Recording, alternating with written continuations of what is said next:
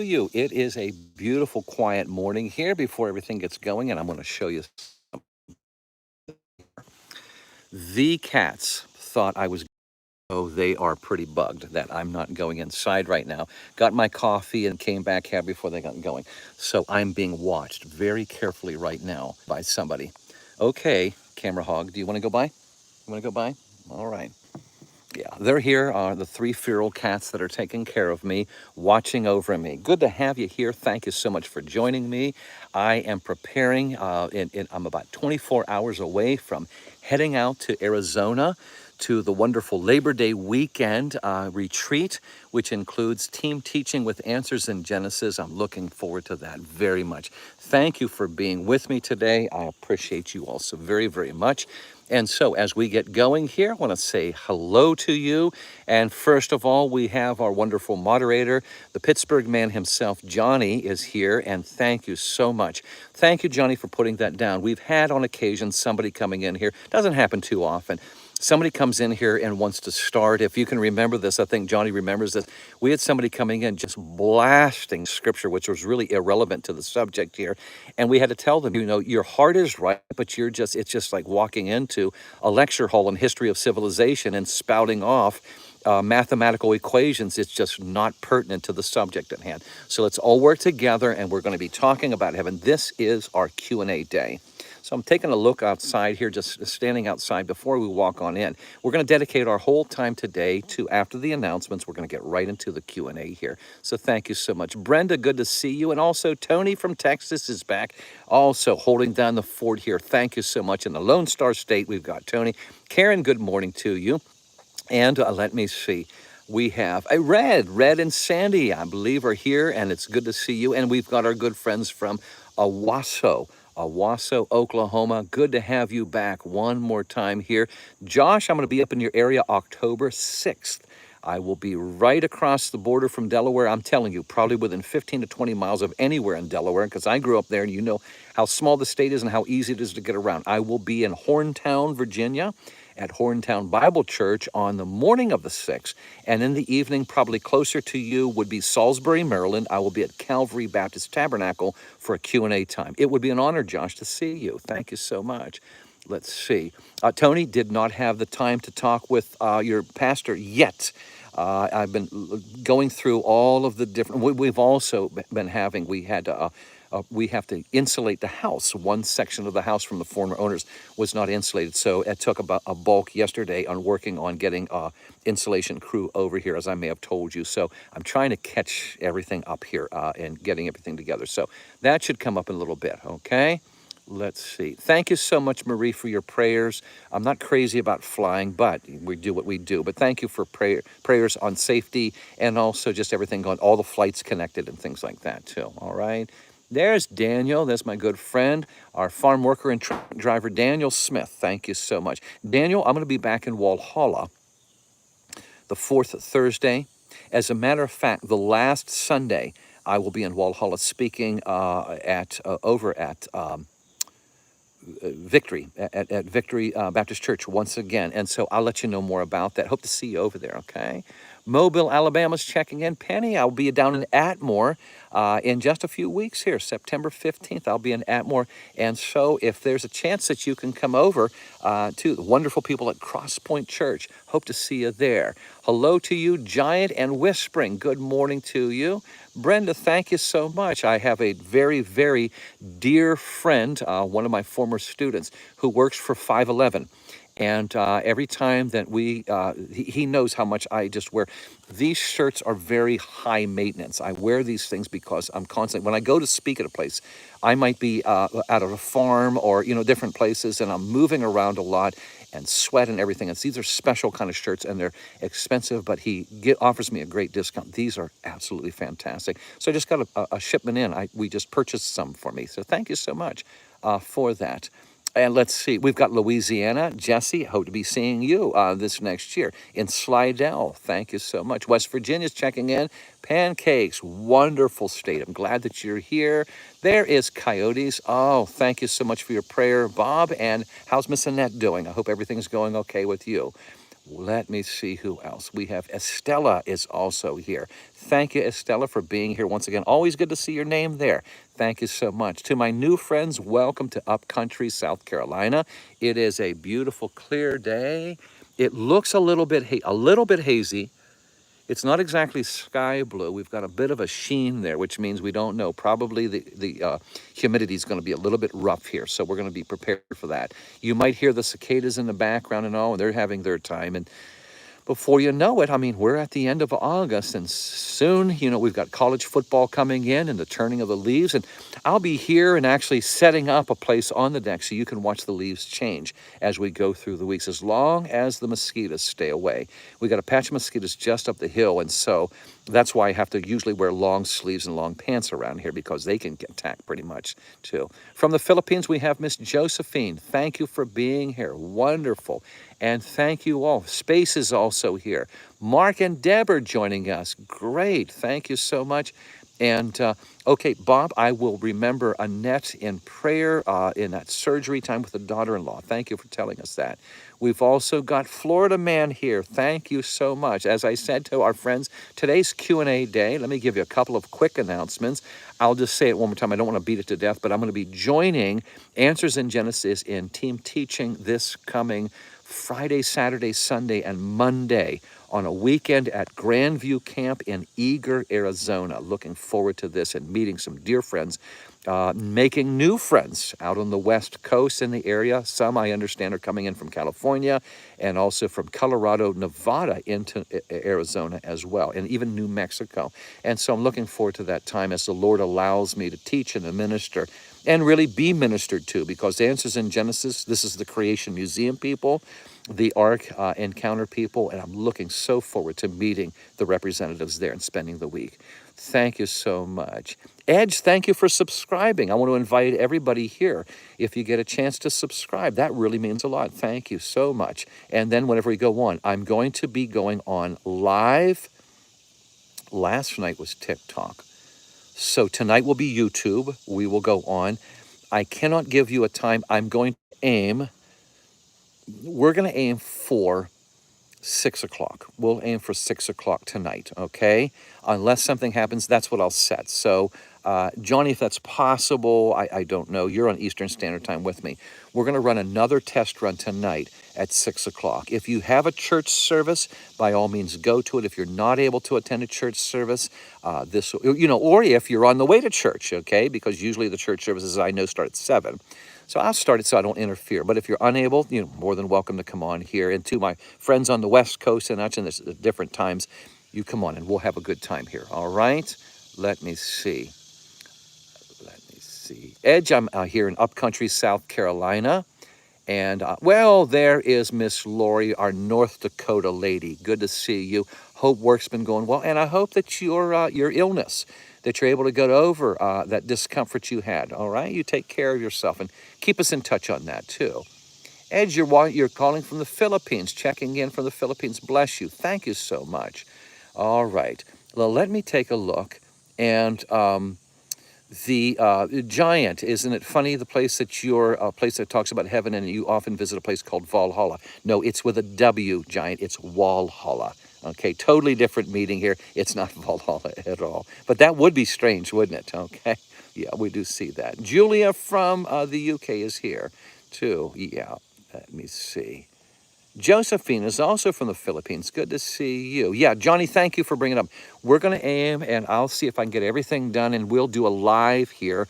And I'll try to make it a little bit longer than the 30 minutes. We were kind of like on and off yesterday, but it will be on YouTube here, and we'll aim it for tonight at 6 o'clock, okay? All right, so let's go right into our Q&A, and let's just take the time right now. Let me take a look at the time. Oh, we're going to do fine. I'll leave here in a few minutes if the mosquitoes start coming around here and get back up into the barn. So let me go into our Q&A. And so thank you so much, Johnny, for your moderating and your help here. Lori says, I went to the doctor's appointment yesterday. They ran some tests, no results. Moving into the new apartment tomorrow. Boy, big things are happening with you. I hope a good health report for you, Lori. Thank you so much for the reports. Getting into that new apartment and starting off the life in that way. Yeah, absolutely. Keep us in touch on that. Thank you so much.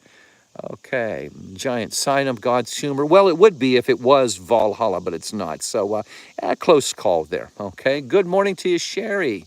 Yes, Johnny, we will be on YouTube tonight. We will be on YouTube tonight. Will be 6 o'clock on YouTube. All right, and let's see.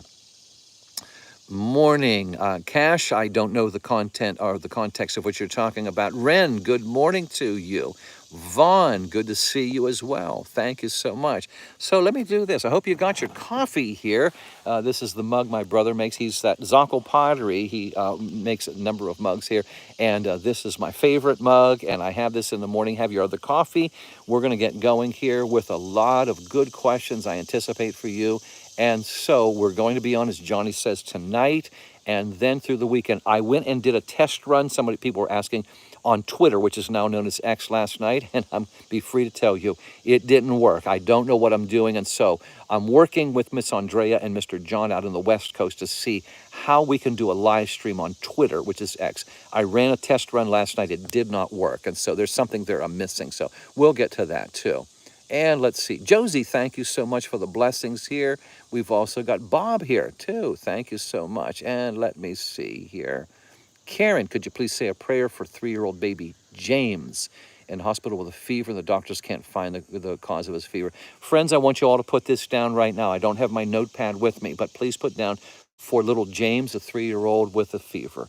Those of you that have had children with a child sickness, you know that this is a very, very intense prayer request. Let's do that. Our little one, when he was 1, went into febrile seizures and we almost lost him.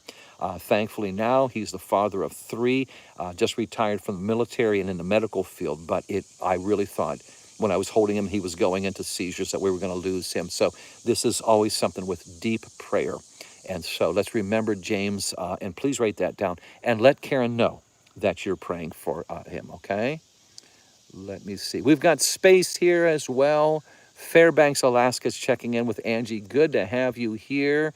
And let me see. Let's get started. I think that Tony has a first question. All right. In the scripture where Jesus weeps over Lazarus, was that a trial of faith for his sister and his disciples? Okay. Oh, you're mentioning in the reference of those there. Are they being tested for the faith? Well, there would be no doubt for that. That's a very, very good observation, Tony. When we take a look at that, and we're talking about Mary comes up and says that he has been dead for 3 days. Lazarus has been in the tomb. And I shared this before. This is interesting when you do a background of this. In the Jewish faith, there was a Pharisaical teaching, not biblically supported,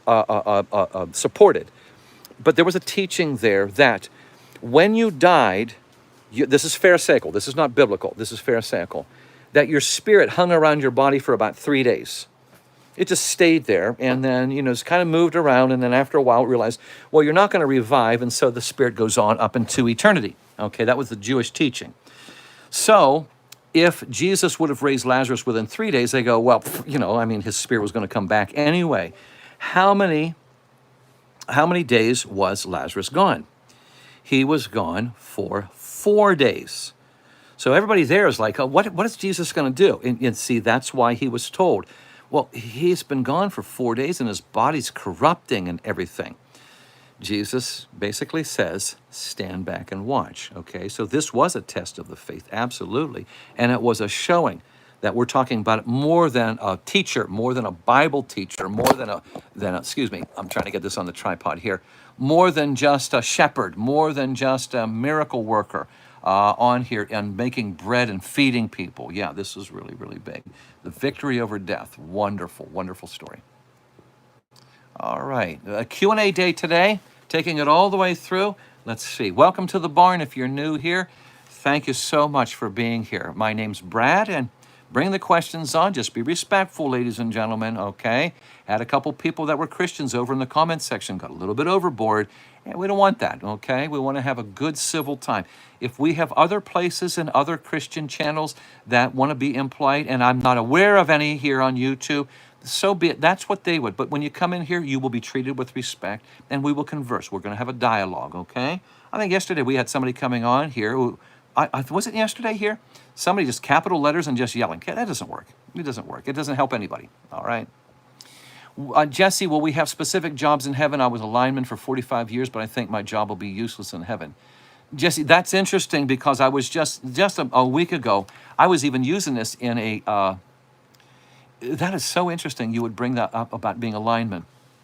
I was just bringing up the Glenn Campbell song, the Wichita Lineman, because I even used it in a devotional on another social media because I think one of the most precious lines that has ever been written in songwriting was when this lineman up there, dedicated to his job, is thinking about his dear one, about his may possibly being betrothed, and he misses her so much. And remember this, he says, and I need you more than want you, and I want you for all time. And that stuck with me. And I'm thinking about this when we talk about the Christian talking about the Lord. And I'm not going to over spiritualize it, but it hit home to me. I need you more than I want you. We know that in salvation, but I want you for all time, going into a new heavenly realm time. And I thought, and that's interesting, you'd say the lineman, all right? The Wichita lineman, that might be just someone, that somebody from a glance would be simple. And the songwriter said, I want you to know the depths of somebody doing something, we would just pass them down the highway, the lineman. Well, Jesse, here is what I see in the scriptures. There's a good principle found in Exodus. Start in verse 25. The children of Israel have moved into the promised land, a symbol of us moving on into heaven. And during there, as I said so many times, God could have had it ready-made. Everything's there.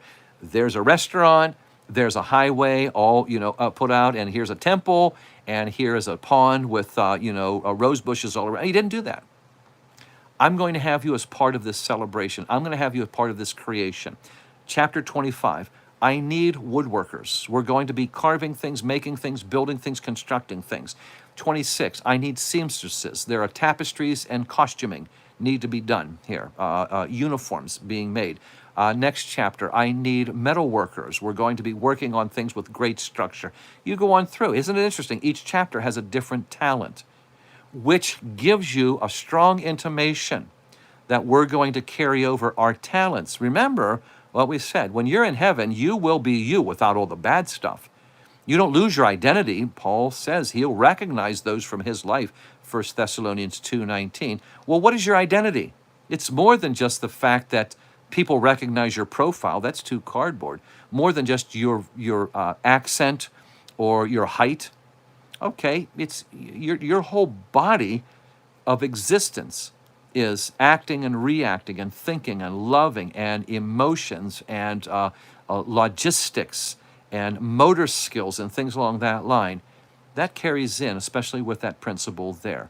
So if you have a particular talent outside of the lineman, the ability in the schematic of electronics and things like that, could there be something there? Well, I'm not able to speak for God, but it does seem that what you have been gifted with here on earth will carry over. Continuity is a big word for the believer to know. Continuity.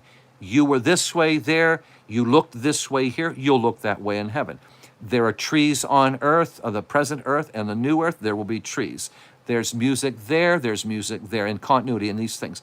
And so it carries on through. It's something to think about.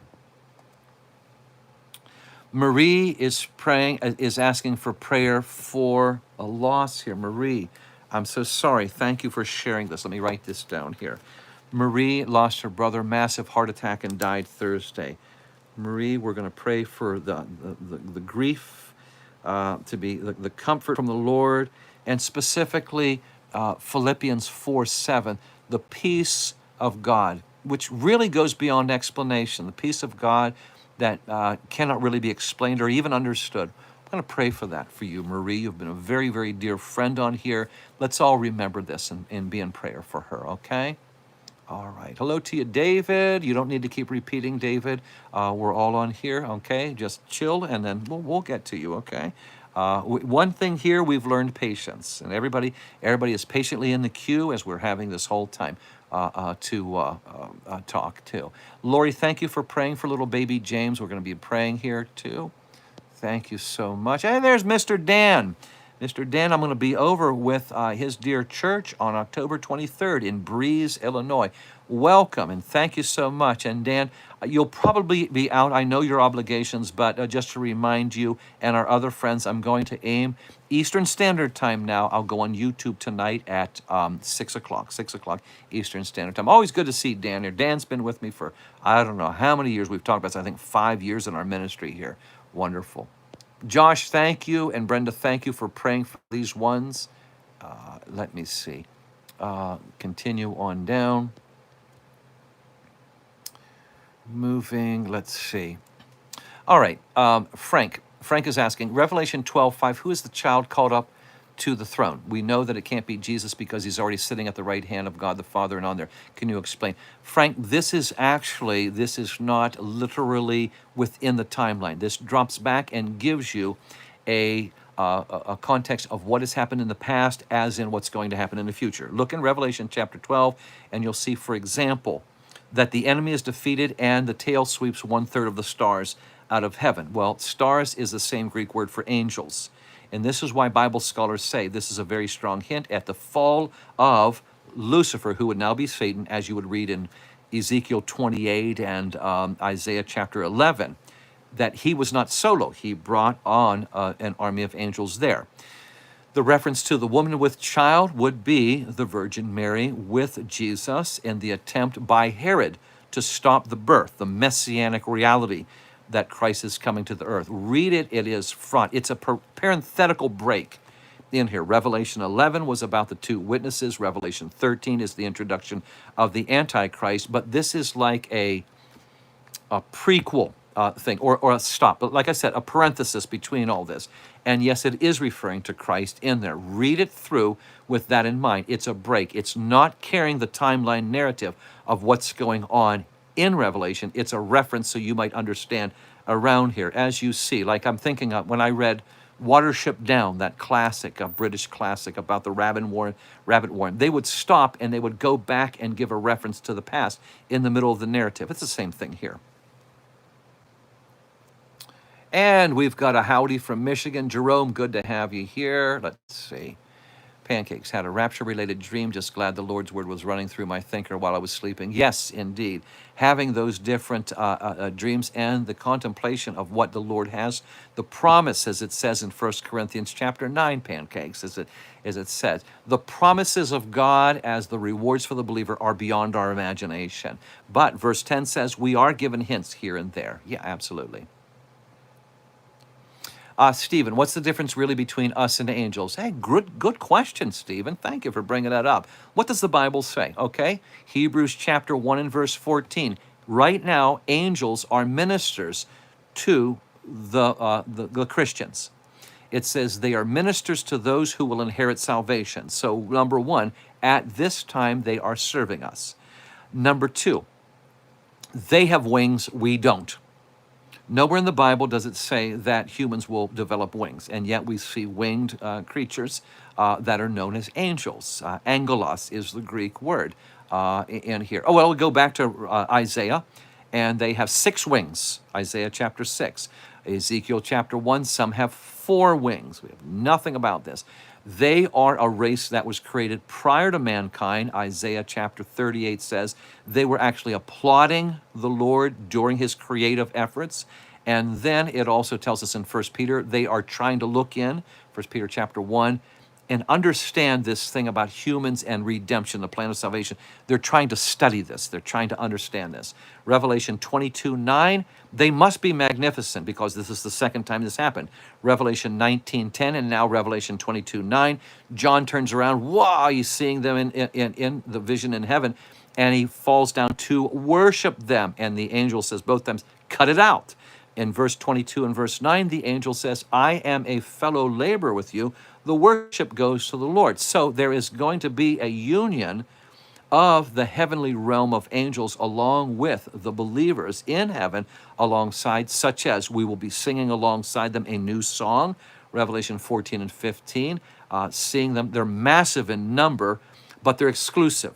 When it talks about the redeemed, it names them over here in Revelation chapter 4 and 5. It talks about angels, it sees them over there. So those are just a couple of passages to delineate the difference. They are sent down. We see they're in different levels. Archangels of certain authorities. Arch is a Greek word meaning in front or above. And so there are different levels of authorities and things like that. So there are varied. Gabriel, Gabriel comes down from the throne of God in Daniel chapter 9 to deliver a message from the Lord to the world of the humans, if you want to put it that way, the mortality reign regime here. And this same Gabriel goes in Luke to make the announcement to Mary. So we see them through the years as going through the different realms of ages here on earth. All right. Let me see. These are very, very good questions. Lori, I never thought that I would find a spiritual truth out of a Glenn Campbell song, but I'm telling you, when that Wichita lineman phrase came up, I thought, what a beautiful, beautiful term and everything. And it falls right in with the Christians. I need you, Lord. I need you. We've sung that in hymns. I need you more than want you. And how much do I want you? Why, I want you for all eternity. I want you for all time. It's wonderful. I'm not going to try to cram it in, but it does give me a blessed thought on that too. I agree with Johnny. These are good questions. Dave, it's good to see you, our dear friend from Thailand who is here. Thank you so much for being here too. Daj, we hope you have a good day too.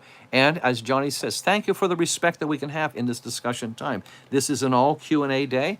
We still have a good 35 minutes to go. I'm going to keep working my way on down. Everybody just, will get right down to your questions. If I haven't answered them yet, I'm working my way down through here in the queue. All right. Tony, brother, Romans 8:15, I believe, talks about the spirit of adoption. Can you explain that a little more? Absolutely. It's talking about this. I'm not of the family. In my birth, I is in sin. So I'm not naturally there because of the separation in Genesis because of sin. For as in Adam all die, so in Christ shall all be made alive. And yet the invitation to be brought into the family, such as said in Revelation chapter 3 and verse 20, I'm standing there, would you want me to come into your home, and then I will take you to my home? The spirit of adoption. We can cry. When we are brought into the adoption, we have the right, as it says in Romans, to cry out, Daddy. Abba is the Aramaic word for daddy. We can cry this out and say, He is our Father. And as it says in 2 Corinthians chapter 5, verse 8, we will be going home.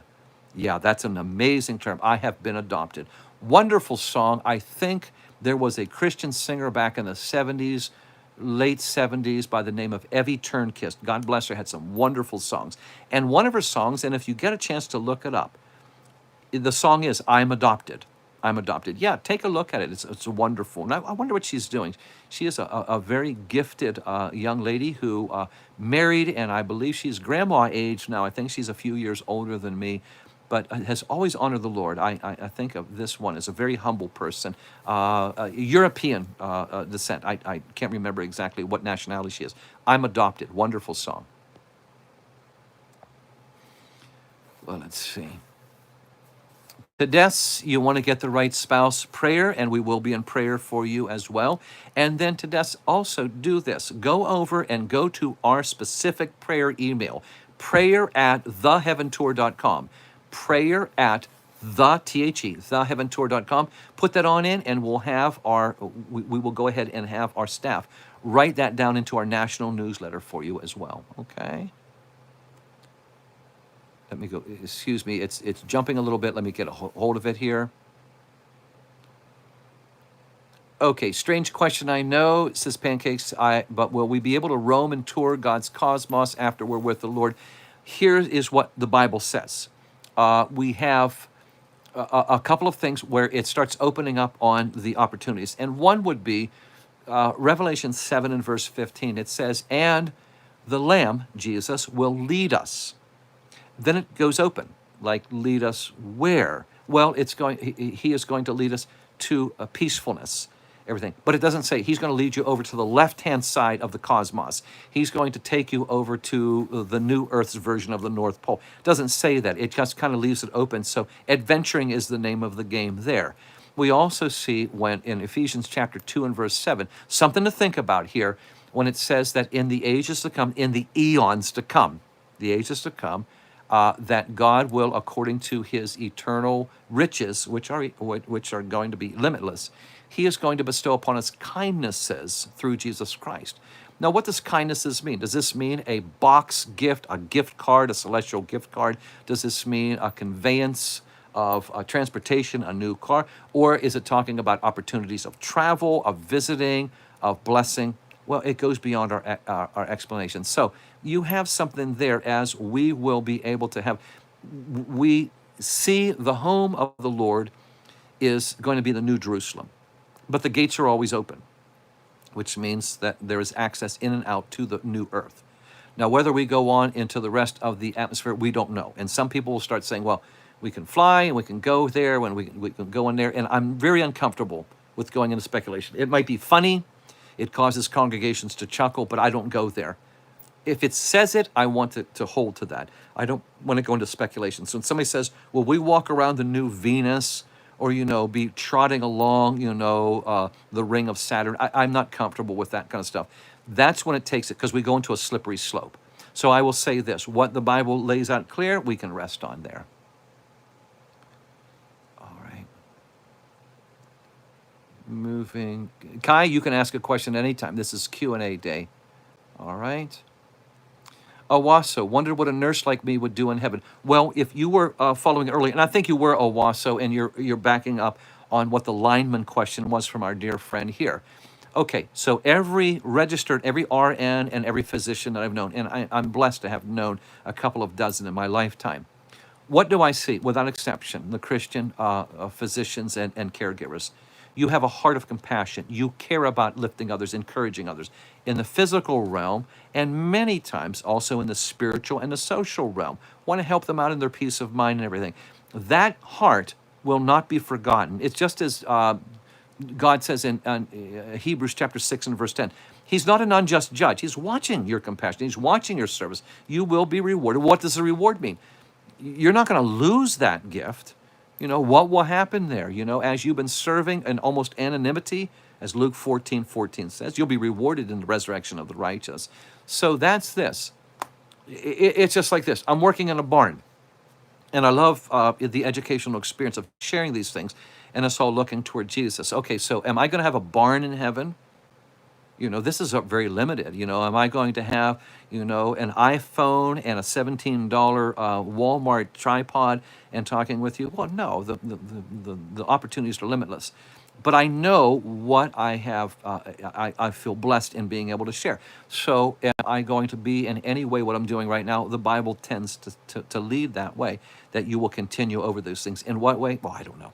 I don't know. Because is it going to be I'll be carrying around, some sort of an ethereal phone? Well, no, we can look at that. But also the principles of using what we have here will then be enhanced greatly. So the sky's the limit on that, if I can use that term. Moving on down. And let's see, looking for the next question here. We have some wonderful things. Laura, where did you learn all your Bible knowledge? I appreciate the depth. Well, I do have my doctorate in biblical studies, but I think that's secondary. I changed my major over to Bible in 1980, and then I went into the ministry and then got my master's later on, about 2005. But that just gives you the background on paperwork and things like that. But really, my mom, even before I was saved, was always, for us to go to the Christian camp, you had to learn so many verses, and that was a good foundation. And I'm going to tell everybody, parents here, biblical memory to your little ones is so very powerful. I can tell you this. I can remember verses back when I was 8, okay? And that's really when we started this. But I want to say something else. When my brother died, a door opened in my mind. I wanted to know everything about where Bruce was and is going to be, all right? Where did he, at what point in my past did he step into heaven? I know it was immediate, but what does the Bible say about, did he embrace Jesus? Is he taller? Does he have any more infirmities? Can he sing? Does he see angels? Does he get to eat? All these things. I didn't want any novelized approach by a Bible commentator. Yeah, well, I guess this and this and this. I wanted to know from the scripture, and then I wanted to share it. And in the same way that you, Laura, had to learn the state driving manual to drive and continually be up in your memory to be able to have the conveyance of a vehicle on the road. you're not even thinking about it. I got to memorize it. I mean, it just came. If you're going to be driving on the road, you got to know the laws of the land. And I told my daughter it's the same way with me. These things are essential for me to understand and to share about heaven. So it's not like I'm just saying, well, that's good enough in there. It's a continual thing every day and learning things and sharing them. Let me see. And our dear friend Diana from Bradenton, good to see you. Okay. Arrow, there is literally no evidence to support your claim. Very good. I'm glad that you're here. Okay, Arrow, so here's what I want to do. Let's start with this. And since you're wanting to come to the table of conversation, all right, we know the ages of the manuscripts of the scripture, the 66 books. We can put them down. 55 AD for some of the Gospels, and we can go back and we can look at 1000 BC is when the Psalm 22 is written, things like that. Okay, so we know that. We know the ages of the manuscripts. So, Arrow, you tell me this, and I think you have been on here before, and I believe so. So I'm glad that you're back for a learning experience here.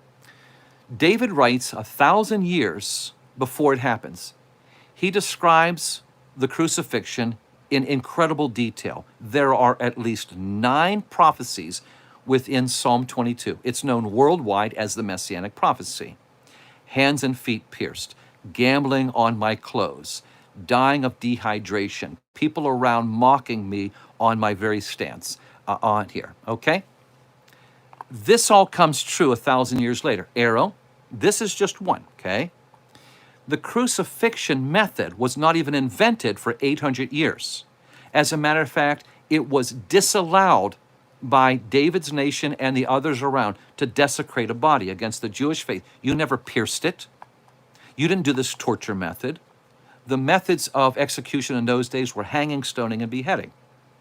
And yet it's stunning to the Pharisees and the others around when Christ was on the cross in John chapter 19, Matthew 27, that these things came all the way down to the exactness. Arrow, when you are saying no evidence, I will highly disagree with you. You tell me how 1,000-year difference was named. Micah chapter 5 and verse 2. We know the age that Micah was written over 4 centuries before the realization in Matthew chapter 1 and 2.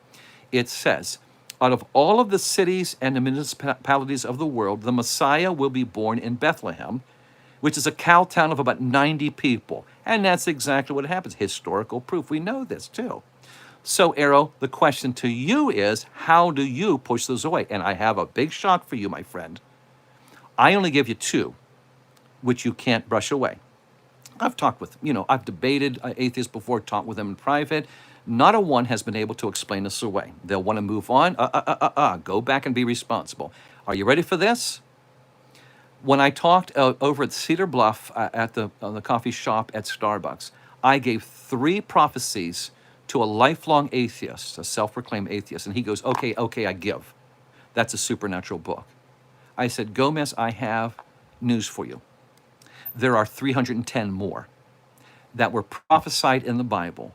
This one over here, Zechariah 11:12, he'll be betrayed for 30 pieces of silver. 400 years later it happens. Zechariah 9:9, he will go through, the Messiah will go through, not on a charger, not on a steed, on the back of a donkey, and that was fulfilled. And all of these things going through, he'll be from, in Genesis, he'll be from the tribe of Judah, of the 12 tribes, got to be from there. All these things answered exactly. There are 313, and some Bible scholars say as many as 331, which even outside sources outside, well, you can't discount the fulfillment of prophecies. So, Arrow, the burden on you in this discussion time of no acrimonious approach is there is literally no way you can disprove the age difference and the manuscript evidence of the prophecies there. But I'll be glad to wait for you to give me the answer to that, because you did not ask me a question, but I'm going to ask you a question. How do you explain that? All right? Go to it. We have time, and I want to wait to hear your answer. All right. Let's see. Arrow, I have spoken to chat to Matt, and he's willing to debate you. I have no idea what you're talking about. Arrow, you came in here. You're the one that I want to talk with right now, all right? You're the one. Now, I'm not in apologetics. I do heaven, but you came in here with an assertion. Now, don't go passing some things off. You're a big boy. You answer the questions right here and right now. All right. Let me see. Moving on. Kai, what is God really asking from us? Oh, the Bible tells us this. In the early church, they would say, what is the chief end of man? To worship God and enjoy Him forever. That's the Westminster Catechism, which is also found in the Scriptures. Mark 13, loving the Lord with all our heart, soul, mind, and strength. And you go, well, that sounds like a lot of a submission. And here's the one thing. God says, I'm doing the same thing to you. God so loved the world, He gave His only Son. Whoever believes in Him should not perish but have everlasting life. God says, oh, I'm pouring out the blessing to you. You pour out your life to me, I'll pour out my life to you.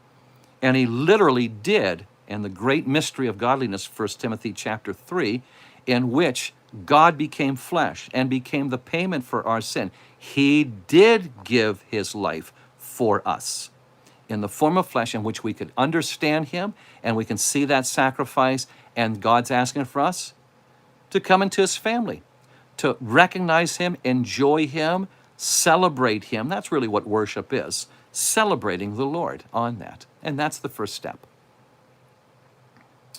Amy, do angels and demons have the ability to morph their appearances, one more powerful than the other? The changing, well, we can do, what does the Bible say? 2 Corinthians chapter 11, verse 4 says that that Satan will appear as an angel of light. So the appearance and the perception by people. Now, if you're saying, can they change into an alligator, or a bat and everything, the Bible doesn't tell you anything along that line.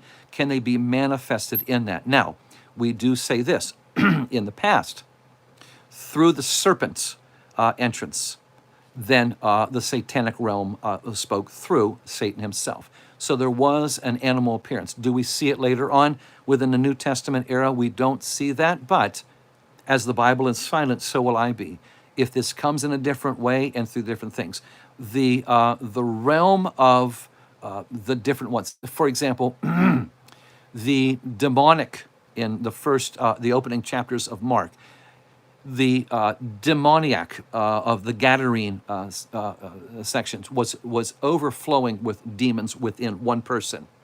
When they escaped, they went into the swine. Okay, now did they change their appearance? No, but they infiltrated the swine herd. So you're going to see that. So when you're saying, can it change itself? Can it infiltrate another being? That's what the scriptures seem to show. Okay. Now, are one more powerful than the other? Well, it uses the term in Romans chapter 8. Romans chapter 8 says, can anything separate us from the love of God? And one of the things it says is the rhetorical question by Paul is, can principalities? That actually means the demonic realm. And when it is showing, that demonic realm, that really means a demonic army, an organized assault. And we keep seeing militaristic terms used to protect ourselves, like in Ephesians chapter 6, putting on the armor of God, the shield of faith, the helmet of salvation, feet shod with the preparation of the gospel of peace. So we do see, as much as the angelic realm has archangels and organization, so does the demonic realm as well. So if you're saying one's more powerful than the other, it appears to be that way by principle. All right. Let me see. Dave, when we die, do we go straight to heaven? What does the Bible say? 2 Corinthians 5, 6 through 8. The Christian is assured. This is our confidence, therasso, in which we can have a boldness and a joy. And the term confidence is very, very strong. Boldness, courage.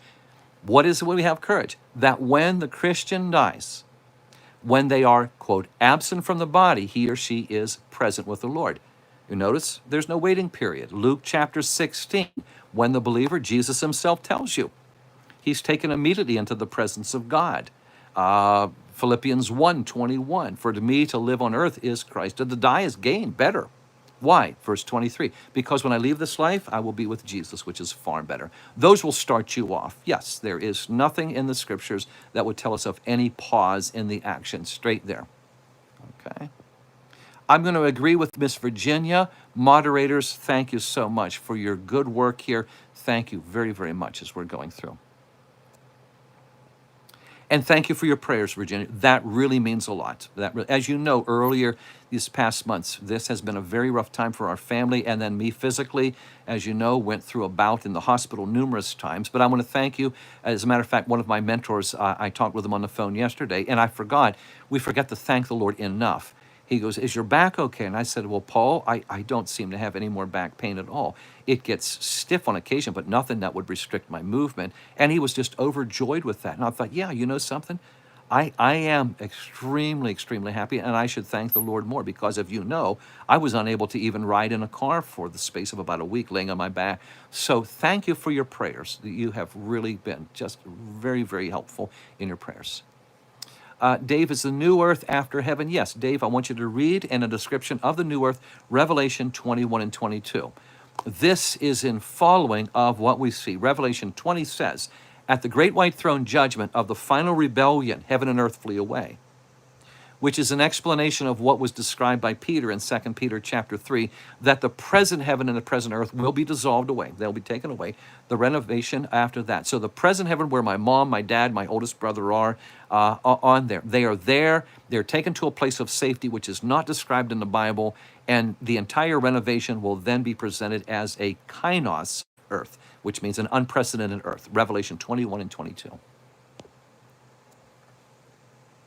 Lisa, did I see a glimpse of heaven? Did I see a glimpse of heaven? I'm not exactly sure what the context is when you say did. Is there something that I mentioned in a narrative in which I saw it? I'm not really sure what you're saying, Lisa. I apologize. This might be in a reference to something I said earlier.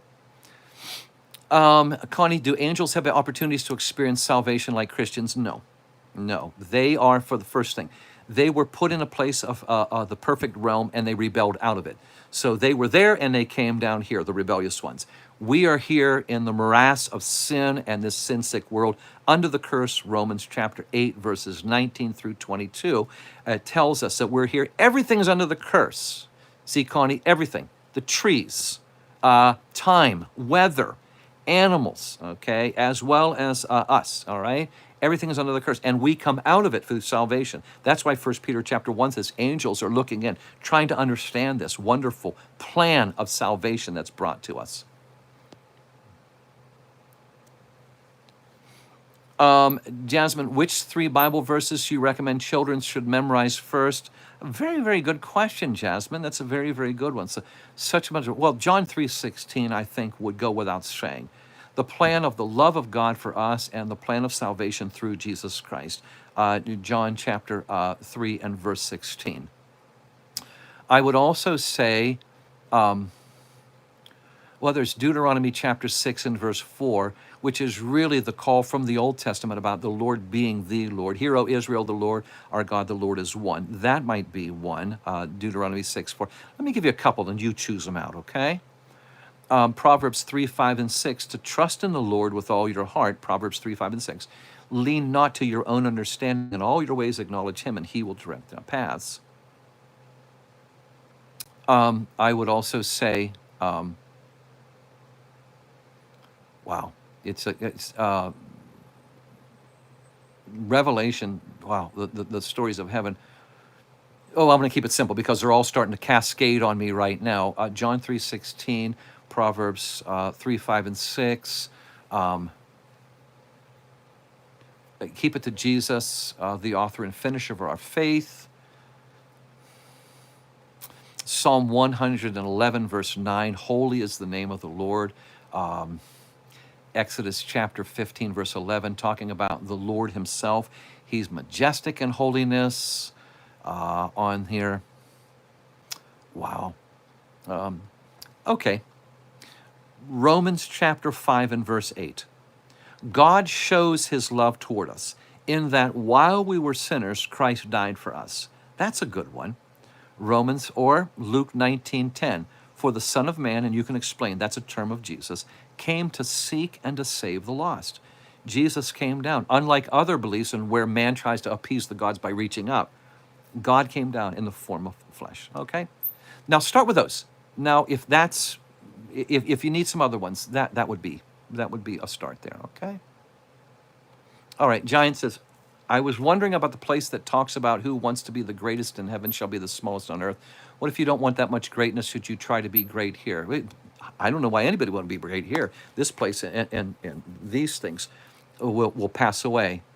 Should we try to be great here? Well, the only thing I would say, if we're going to boast, we boast in Jesus Christ. If there is something great to be done, it's this. If we're going to serve the Lord, let's do it right. Let's make that great, okay? Which is, look, I don't care if anybody even knows my name here. It really does not bother me. And you and I know. And I think somebody goes, oh, you go through a lot, you get mocked. Look, I subscribe to the voice of the martyrs. Those people are suffering, okay? I don't go around here and complain about stuff. But in the limited resources we have here, do I want the ministry to be great? Yeah, absolutely. As it says in John 3:30, maybe that would be giant. This would be one, okay? If you're going to talk about greatness in this realm, what John the Baptist says, and there are estimations by historians that John the Baptist would speak, there would be 10,000 people surrounding him in the wilderness listening. And what does he say in John chapter 3 and verse 30? He, Jesus, must increase, but I must decrease. The work can be great, but the worker should be humble, okay? As I say many times, it's the message, not the messenger. I don't care what the numbers are. I love filling up the calendar to go to speak to people that want to hear the word. I love that. And I have committed to the Lord since we started this ministry. Lord, as long as we pay our bills and there's food on the table, take care of my wife and take care of my daughter's college bills, I'll keep doing it. And that's exactly what's going on. At the end of the month, we have always just had enough to continue us through these 2 years.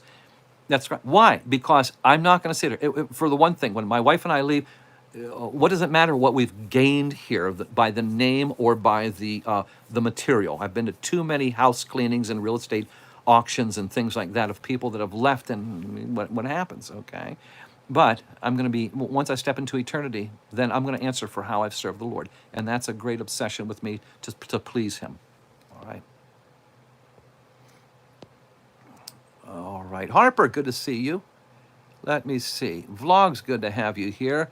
Edward, I used to wonder also about our existence. I came to the conclusion that creation is more believable than evolution. Just makes more sense now to find the real and only God. Edward, and then I welcome you to the scriptures, where God communicates with us. And as I had shared earlier with Arrow, I don't believe that he's on here anymore because he's got some homework to do. When you take a look at the prophecies, take a look at the prophecies here. Edward, if you'll write these ones down and see the completion of them there, or if you'd like to write me through the emails here, it would be wonderful to be able to share these things with you. The real and only God, I was on the same path as you. I saw the ridiculousness of being an agnostic, and at the age of 17, moving away from skepticism and running toward Christ, I started seeing the reality of this God through the scriptures and getting answers that I always wanted to. We find it through the scriptures, okay? Start this, Edward. Start by reading in Mark chapter 1. The whole Bible centers around God in the flesh, Jesus. Mark is really the plainest entry into understanding all of this. Don't start in Genesis. Go right to Mark, and it's 16 chapters. You can read it in less than an hour, and you're going to start seeing this is not just a historical figure or a storybook character. Okay, start there, and keep me in touch. All right. Integral, we just talked with Arrow about this, and I want you to go back in here and take a look at what I talked about in the prophecies. All right. When you're talking about proof, then you need to explain the dynamics by which your satisfaction is met for the proof of God. I can freely show you through the examples of the prophecies that we're moving into a celestial realm that cannot be explained by mankind. So if you'd like to go on to that table of discussion, I'm more than welcome to talk with you about that, because I was as you. I would use phrases, and I have no disrespect to you. I would use phrases that would be easily stepped back by people because it sounds so bombastic. No proof for God. We can talk. If you will go back into the time here, because I spent some time in this earlier, and this is archived. Go back to the person by the name of Aero, A-E-R-O, in which I gave him a challenge on this, and looking at the passages both in their prophetic presentation and their completion, and we know the ages through the timestamp study of these different manuscripts. We know the difference in these ages, especially in the presentation of the Dead Sea Scrolls and other discoveries, in knowing these manuscript differences too, the fulfillment of them. Absolutely. Laura, how do I feel about it? It's irrelevant what I feel, okay? What does the book of Enoch have to do with anything? Well, it's quoted in Jude there's only one chapter in Jude.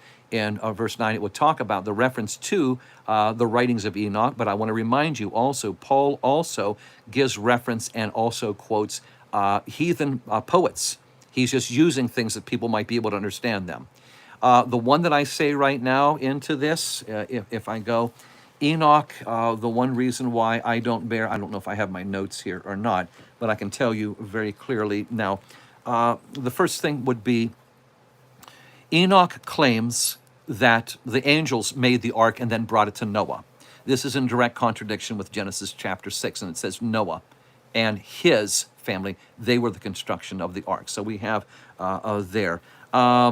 We see Jude chapter 14. I'm looking at my notes here, and when we talk about the quotes from Enoch, there's an interest there, but I'm going to say this: these were not taken out of the Bible, Enoch. They were never considered in. And there's a whole study, if you'll go back to my posts about a month ago, and then I will talk about that. And it stirred up a hornet's nest among some people. But be that as it may, it gives you that, all right? You're more than welcome to read it. Anybody's welcome to read anything on that. But if that's what you're asking me, okay? Stephen, the same thing. My opinion is irrelevant. The current war in Israel is Ezekiel 38. I just go to the scripture and let the scripture speak, okay? We realize in Matthew chapter 24 and 25, Christ could come back at any time.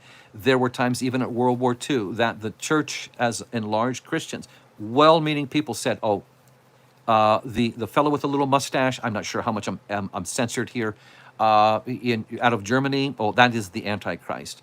Okay, that's what they thought.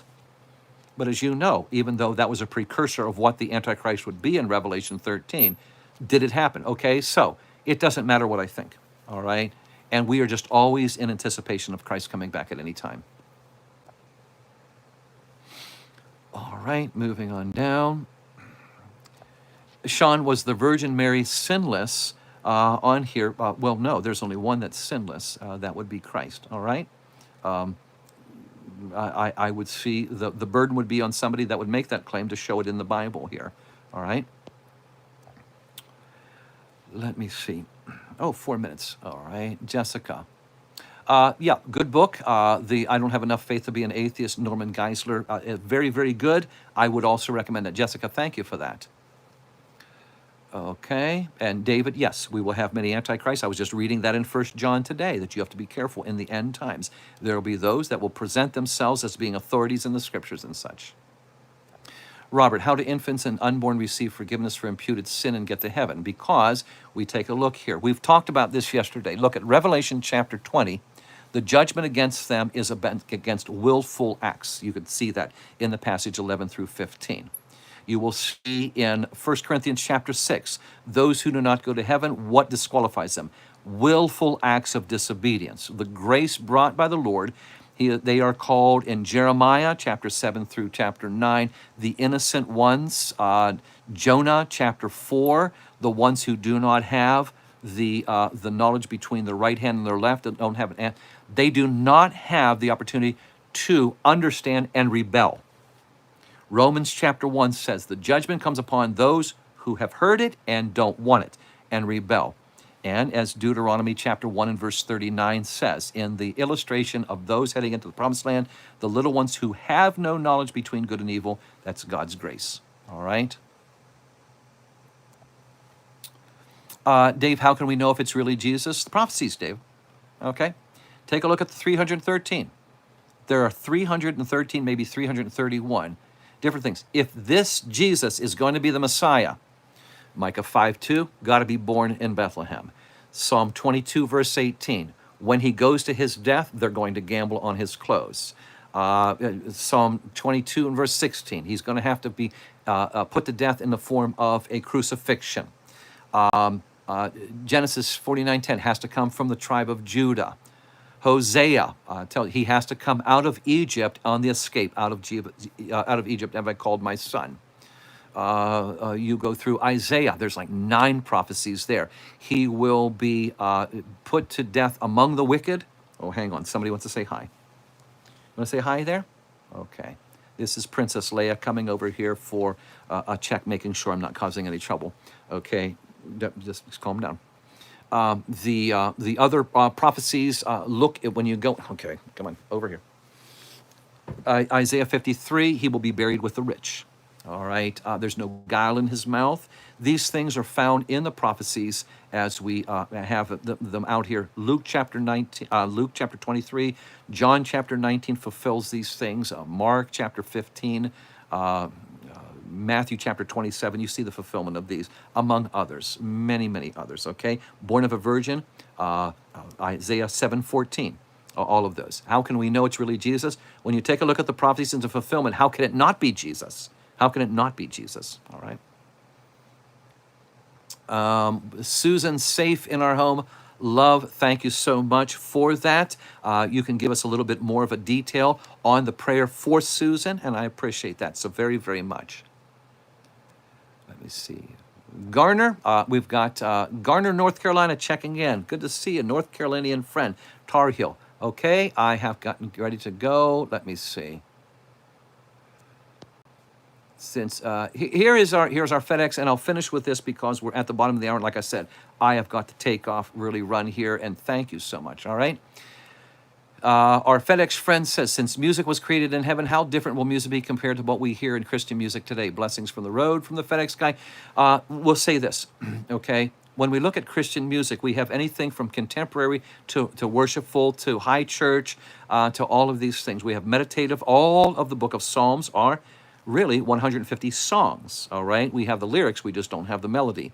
What will happen in heaven? Well, it says in Revelation chapter 15, there is a new song. Revelation chapter 14, a new song. New is unprecedented, all right? Which means what we will hear, we've never heard before. Does this mean a higher range of octaves or a whole new in-depth presentation of lyrics?